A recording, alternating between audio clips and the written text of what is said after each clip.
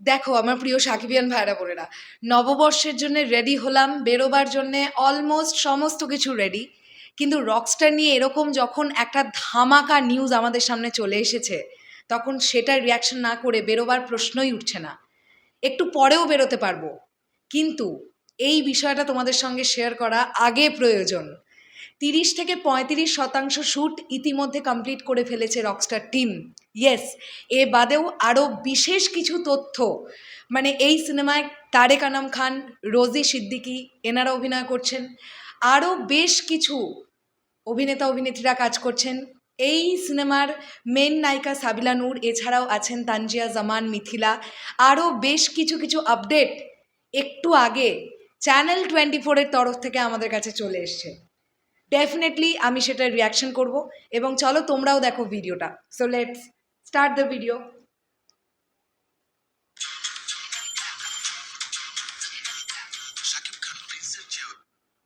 Wait, আমি না একটুখানি হরাইজন্টাল করে দেখাই, বেস্ট হবে। শাকিব খান প্রিন্সের চেয়েও এখন সবচেয়ে বেশি আলোচনা আছে তার নতুন সিনেমার রকস্টার নিয়ে। 30 থেকে 35 ভাগ শুটিং শেষ করেছেন বলে দাবি সিনেমার পরিচালকের।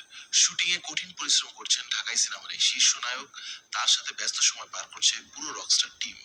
Maybe 30-35% shooting done. We are already. সিনেমায় শাকিব খানের সঙ্গে আছেন দুই নায়িকা সাবিলা নূর ও তানজিয়া মিথিলা। দেশি বিদেশি কলাকৌশলীদের অক্লান্ত পরিশ্রমের রকস্টার দর্শকদের মন জয় করে নেবে বলে আশা পুরো টিমের।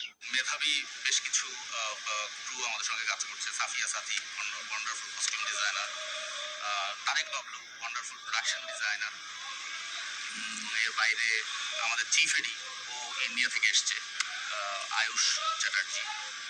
আর আরো কিছু নাম না বললেই না, অমিত আম্বারকার যে মেকআপ আর্টিস্ট হিসেবে কাজ করছে। প্রধান নায়িকা হিসেবে আছে সাবিলা নূর, এবং এর বাইরে অসাধারণ কিছু অভিনেতা অভিনেত্রী আছেন আরো।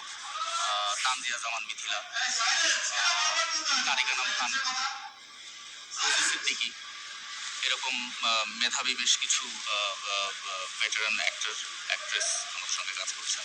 রকস্টার হিসেবে কেমন করছেন শাকিব খান, এমন প্রশ্নের জবাবে পরিচালক আজমান রুশো পেছনের গল্পের পাশাপাশি জানান সাকিব খানের প্রতি তার মুগ্ধতার কথা। Shahid Khan will play a rockstar. এই আইডিয়াটা আসলে উনার ভাইয়ের আইডিয়া না। So somehow he got me and said that he wanted to be a rockstar for a long time. So যখন উনি আমাকে বলছে যে এরকম একটা কিছু করো, then I started writing, and তারপর আসলে গল্পটা দাঁড়াইছে। একটা বাচ্চাকে দিয়ে যেমন নতুন নতুন এক্সপ্লোর করানো যায়, নতুন নতুন জিনিস শেখানো করানো যায়, স্কিল ডেভেলপ করা যায়, ভাইয়ার মধ্যে ওই অ্যাবিলিটিটা অনেক ভালো। আর উনি আসলে যে কোনো জিনিস দেখে করে ফেলতে পারে, এটা একটা ওনার একটা সুপার পাওয়ার আমি বলবেন। He has a magic of transformation, like physically and mentally.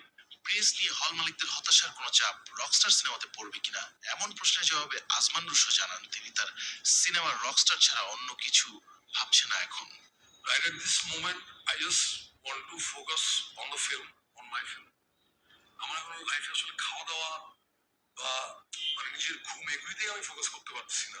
আর অন্য কিছু ফোকাস আমি আসলে একদম ফুল কনসেন্ট্রেট করতে চাচ্ছি এই মুহূর্তে শুধুমাত্র সিনেমায়। সব ঠিক থাকলে আসছে ঈদেই হয়তো সাকিব খানের রকস্টার সিনেমা হলে গিয়ে দেখতে পাবেন সাকিব ভক্তরা। I love you. Ruman Abdullah, channel 24, Dhaka. দুর্দান্ত একটা ইন্টারভিউ, দুর্দান্ত।